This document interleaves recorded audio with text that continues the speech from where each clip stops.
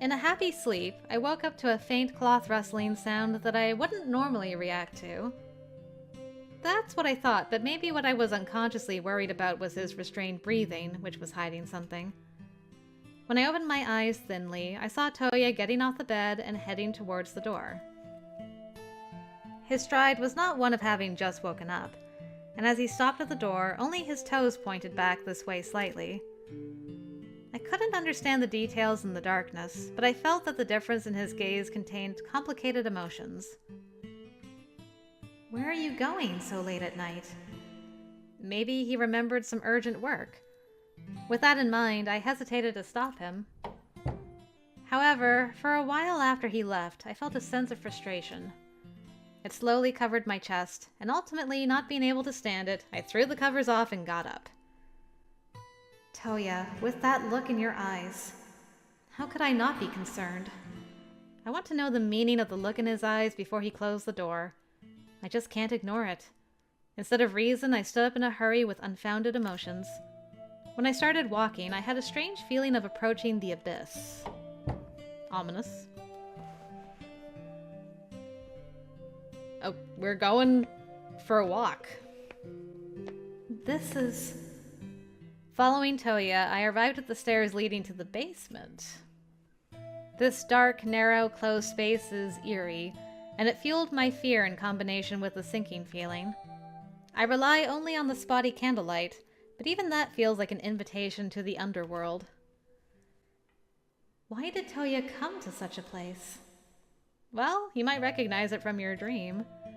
As I went down one step at a time and thought rationally, my eerie feeling calmed down. Interesting, my eerie feeling would go up. Having calmed down, different thoughts run through my head. If this is where Touya goes every day for work, that's pretty rough. Being holed up in such a dark and cold place will make you feel depressed. It may not be so cold in reality, but it feels cold because of the atmosphere that's isolated from the outside world. It's cold, dark, and lonely. Being here for a long time would drive anyone crazy. Well, that couldn't happen, right? Yeah? Haha! When I laughed at my disturbing imagination, a big iron door appeared in front of me and I was taken aback. It had a weight to it, as if it were hiding something or sealing something away. It's the room. Are we gonna find someone on that bed? I'm gonna freak out. As I was bewildered at its presence that didn't seem like it'd be easily opened, I could see inside through the thinly opened gap. Ah.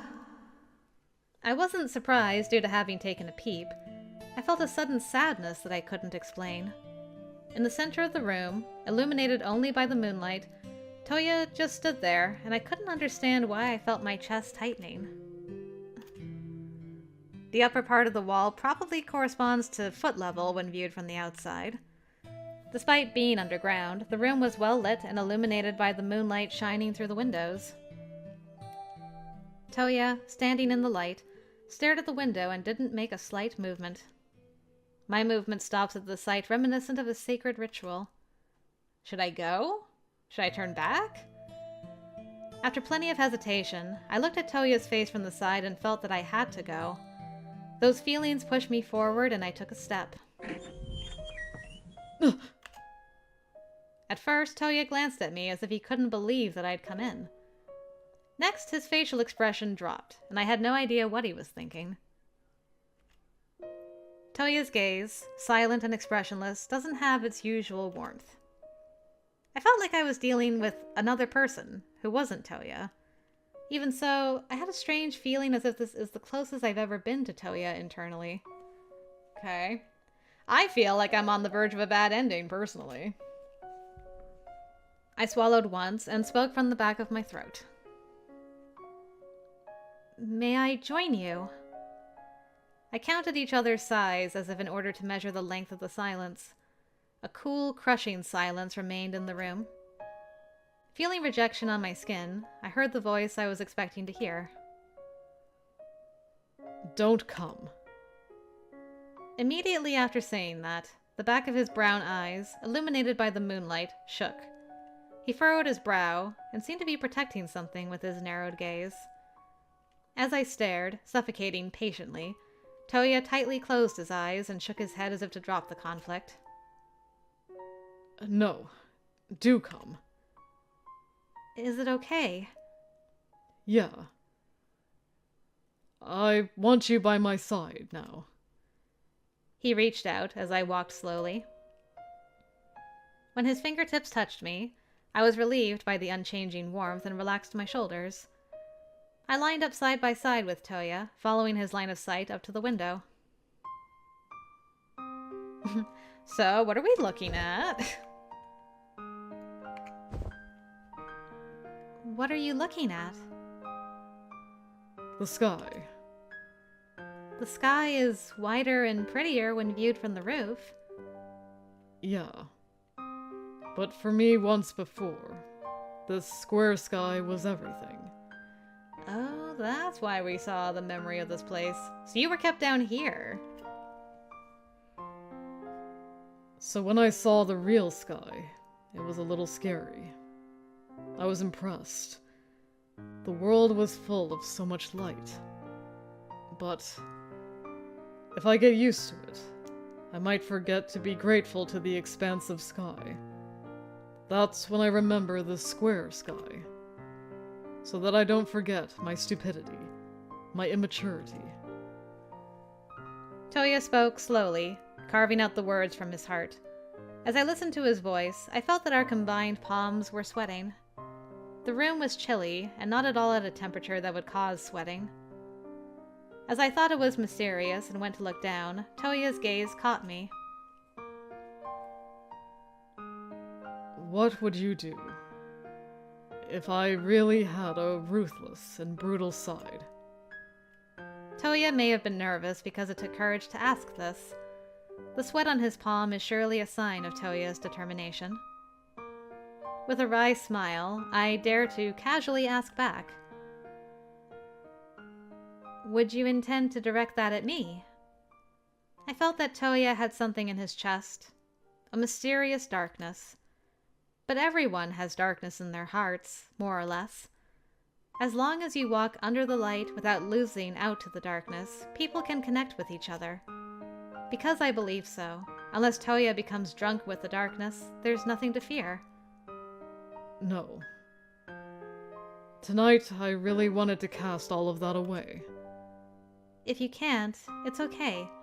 I don't mind. I think there is as much light as darkness in people, so I don't think you have to cast it off.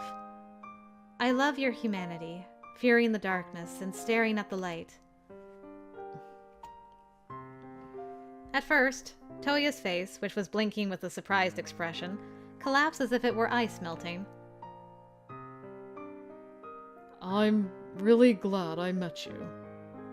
Your life is more precious than anything else. Oh. For the first time, I feel like I understand the true meaning of the word. To love a life so much. I tilt my head to the mysterious words again, but it wasn't unpleasant at all. His gentle voice, expressing his feelings, warms the back of my chest. A smile came naturally, and I re-held his hand and spoke. Hey, Touya. I don't want there to be a war. I know that it's for the women, but I don't want to see you put in danger. Are you going back?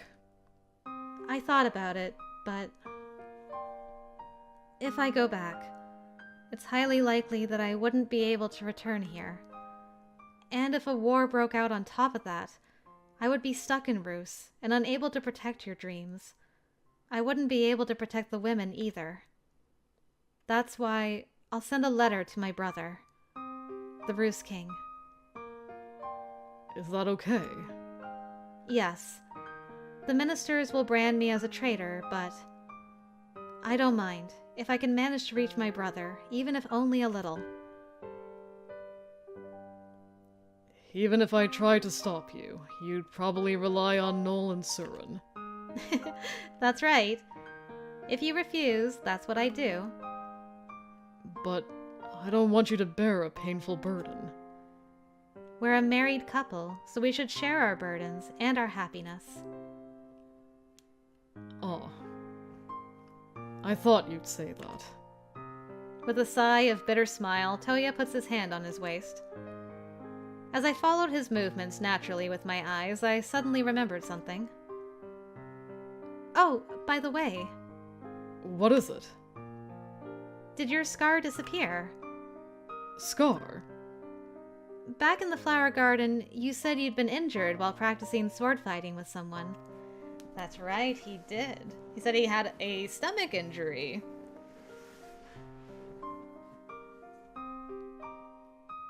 So you don't have that. Were you the victor in that fight? It was right around where your hand is now. Oh, yeah, it's completely gone. I see. Still lying. Man, this guy holds on to his layers like he will die if he lets them go. Just like, you may peel away half of my onion layer, but I'm holding on to the other 15. You cannot see. Don't look. Oh gosh, did you have a twin brother or just a brother?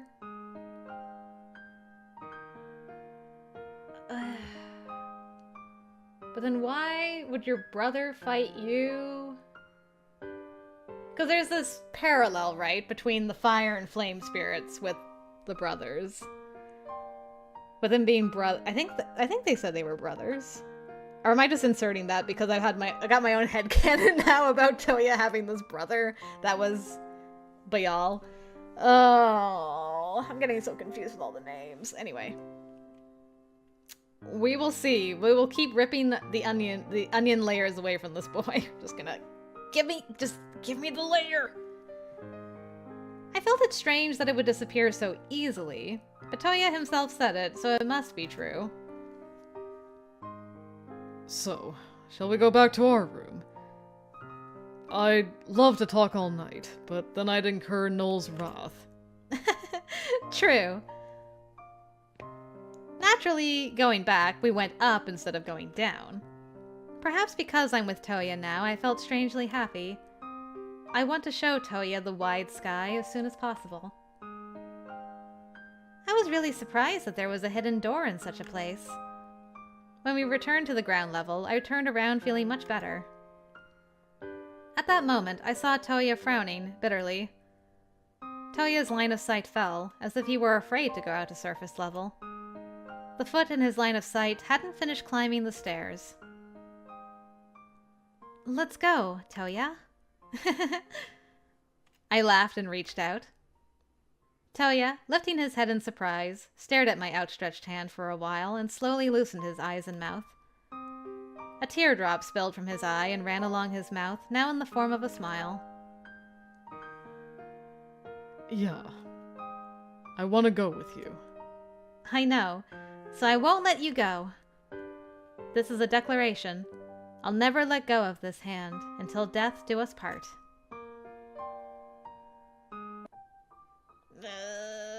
No. Another memory dream. What do you mean, Lord Touya? On this day, I was watching from a completely separate place. I wasn't anyone there, and no one there could see me. I was an invisible presence observing the scene. What do you mean by what do I mean? A person with the same face, voice, and name as Touya tilts his head. He laughed innocently at his handmaiden. The one he was facing was a woman who looked a lot like my mother. Rather, the image of my mother. Because they bullied you. So, you killed all of the caretakers? Yeah, that was fun. I also got some good research results. They eventually couldn't move and finally died twitching like insects. Lord Touya! Why are you so angry? Oh, are you worried someone will blame you for it? You don't have to worry about that. My father said that this would all go away. Everything will be handled in secret. That's not the problem! Hey, I don't really care about all this, so let's go play, Samal. What's wrong, The sound of a slapped cheek echoes in the cold basement. The boy, who looked a lot like Touya, blinked his eyes with the feeling that he had no idea why she did so. That's the first time I've been hit. His Highness! The woman hugged the boy, with cheeks that looked like she'd been slapped herself instead of being the one who did the slapping. The boy's tears wet his lips. Why didn't you, so extraordinary and wise, tell me as much? That makes me very sad. Why are you sad? His Highness. Life is very precious. If it is lost, someone will shed tears. Oh, that. Noel said the same thing, many times. So Noel's already in the picture at this point, too. Wouldn't His Highness be sad if I died? I'd be sad. If you died, then I'd lose the person who is always by my side. Even my father and Noel, they aren't always together with me. And some of those who would be sad are those who were killed by His Highness. And if there was no one who'd be sad? Then those persons would shed their own tears. I'm not sad. If His Highness died, I would cry. I'd cry a lot. I might even die. I wouldn't like that. Please, promise, His Highness. You must never kill a person using that knowledge. That power is not to kill, but to save people. Please, promise me. Okay. If Samal says so, then I'll obey. I understand that life is precious. I pray that one day you will find a life that you will find to be precious to you. Samal is precious. That's no good. I'm going to die far sooner than His Highness. The feelings of a woman are painfully transmitted through the air. She was really praying from the bottom of her heart. A happy future for the boy. Again, another strange dream. Somehow, I slept with my mother's stone on my bedside last night. I felt uncomfortable, probably because I was so excited after exchanging emotions. Touya. I wonder if he's already working.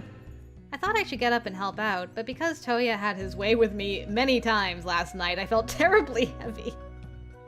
This guy! As I groaned loosely and rolled on the bed, I heard the usual regular knocking on the door.